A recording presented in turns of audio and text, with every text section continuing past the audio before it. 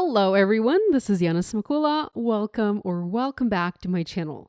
Today I have a video to share with the Flower Market collection from Spellbinders. I filmed this one such a long time ago, but I never had the time to edit it, and now that I have moved into my new apartment and my craft room is not set up yet, I don't actually have a place to craft yet, I'm going through the old footage that I have on my computer, and I figured it's time to edit it. So in this video, I'm showing you cards with the Flower Market collection from Spellbinders. So there are just two products in this release. It's a stencil release. So there are two sets of layering flower stencils, and those are fantastic. Now, both of these sets are on sale at the moment as they are part of the Spellbinders Spring Cleaning Warehouse sale. I believe there is just 1 or 2 more days left in the sale. So if you want to pick those stencils up, go ahead and do that because they're going to go to full price after the sale is over. So the first set that I have here, it has 4 layers, flowers, leaves, stems, and detail for the flowers. So the stencils are designed to work for A2 cards, and you just use them as you would use any other stencils that you have in your stash. As always, these stencils, they are etched, so you have the stencil number on the stencil, and you also have the corners etched there to help you align the stencil on your paper. So let's go ahead and do some ink blending. Here I have the waffle flower grip mat, and I have attached a panel of Nina Solar White 80-pound cardstock to the grip mat. I really love how this holds my paper in place. I will then add my stencil. It will hold the stencil in place as well. And if I want, I can remove the plastic from the back of the grip mat and stick it onto my glass mat. So the grip mat will stay in place as well. But I don't want to do that because sometimes I like to turn my grip mat as I'm stenciling because I want to come in from different directions, like from different sides, from different angles.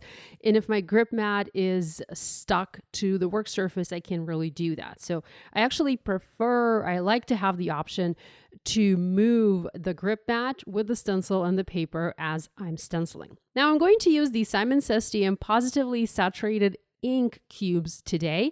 I have very simple color combos. So for my first card, I'm going to go purple, yellow, and green. This is one of my go-to color combinations for spring. I really love the look of purple and yellow and just a hint of green on my cards. And these are the colors that I will be using. Of course, you can use other colors. You can also use other inks. I happen to love and use Simon Says Stamp inks a lot. Here I have my Simon Says Stamp ink chart. I actually made this one not so long ago, and this is super helpful. So if you have inks in your stash, I highly recommend that you create an ink chart for your inks because that will help you get to know your inks better and use your inks more efficiently, I would say. So I was showing you the cubes because I first thought about using the cubes here, but I then decided I'm going to grab my full-size ink pads and just use those. So bottom line is, guys, use whatever you have. Use whatever you're most comfortable with. There are so many supplies out there on the market. Like I said, I love Simon Says Stamp inks. You might like Distress inks, or you might like inks by other company, another brand. Use whatever you like.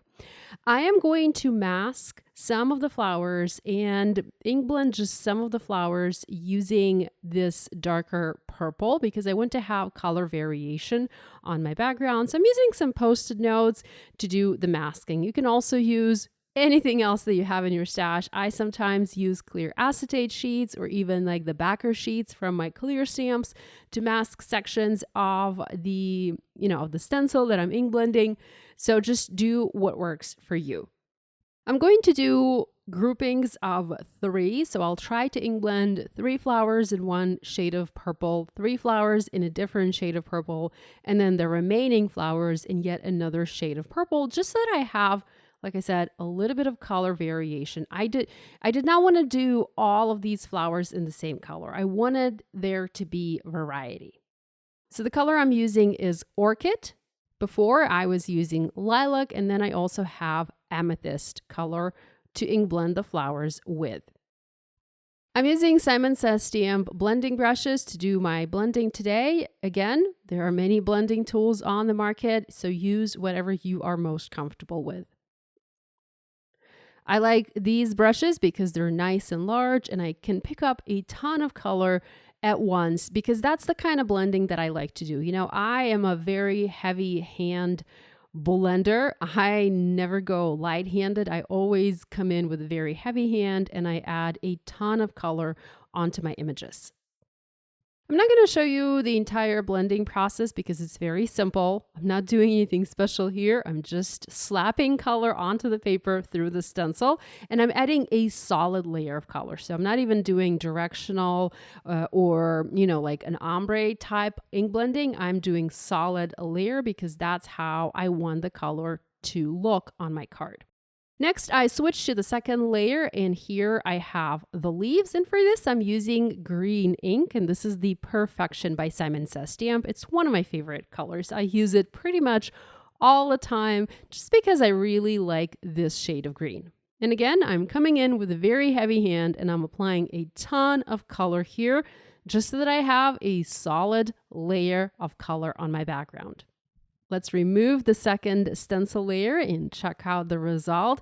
The leaves right now, they kind of look like water droplets. And as I was ink blending this, I kind of, you know, I wasn't sure if I'm doing the right thing. For a second, I doubted myself and I thought, you know what, maybe I should ink blend this with blue because that looks like water droplets. But no, it's just the shape of the leaves. It reminds of water droplets, but they're not water droplets. They are, in fact, leaves. So next, I'm ink blending the third layer and this one adds the stems and also detail to the leaves. And this one I ink blended using Simon Says Stamp Field ink to add that detail. We just have one last layer left to do. And I'm just making sure that it is nice and aligned over my ink blending because this one's probably the hardest one to align because you want to come in very closely and you want to make sure that it is aligned nicely because it adds some detail to your petals and it also adds the flower centers.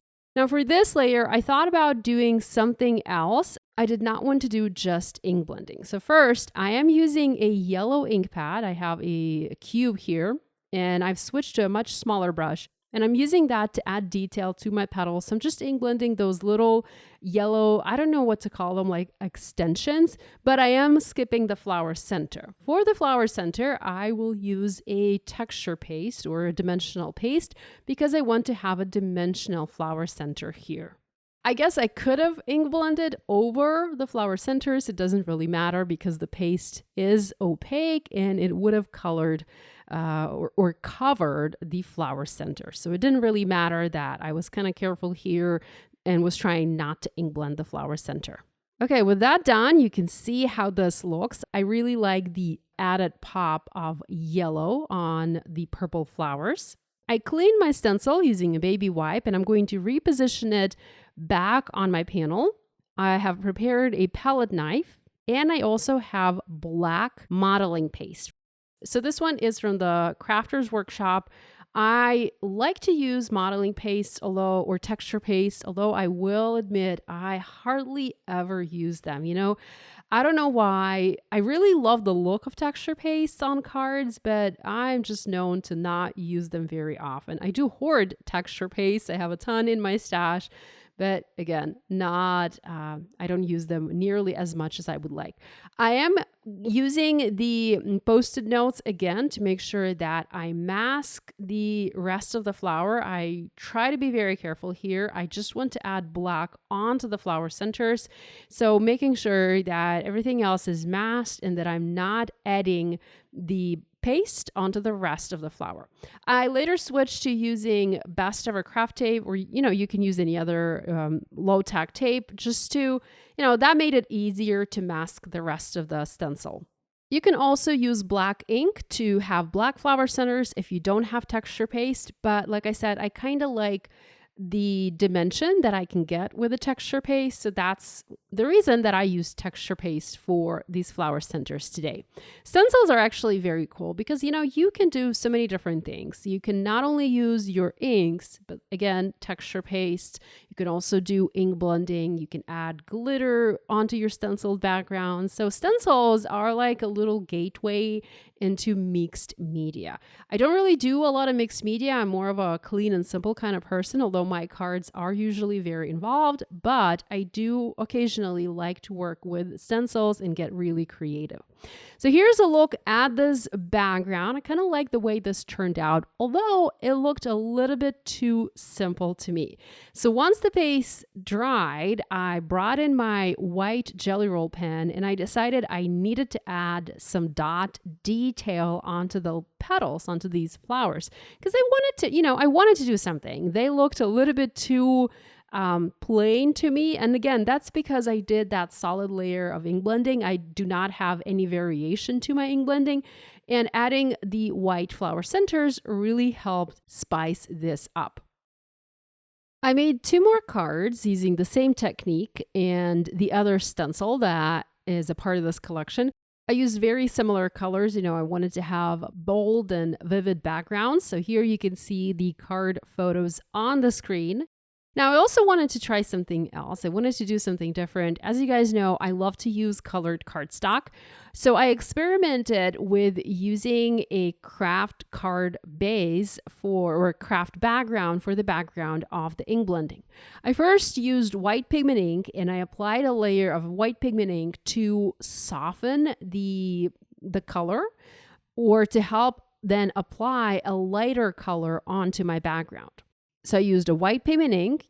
You can see how that looked on the background. I cleaned my stencil, I repositioned it on the background, and then I came in with a pink ink, and I love the way this looks. Had I used the pink ink directly onto the background without the white, it would have looked a lot darker. Here, because I had that white, the white sort of created a base layer, like a cushion for the pink ink. So the pink ink did not sunk directly into the paper. It stayed on top of the white pigment ink, if that makes sense.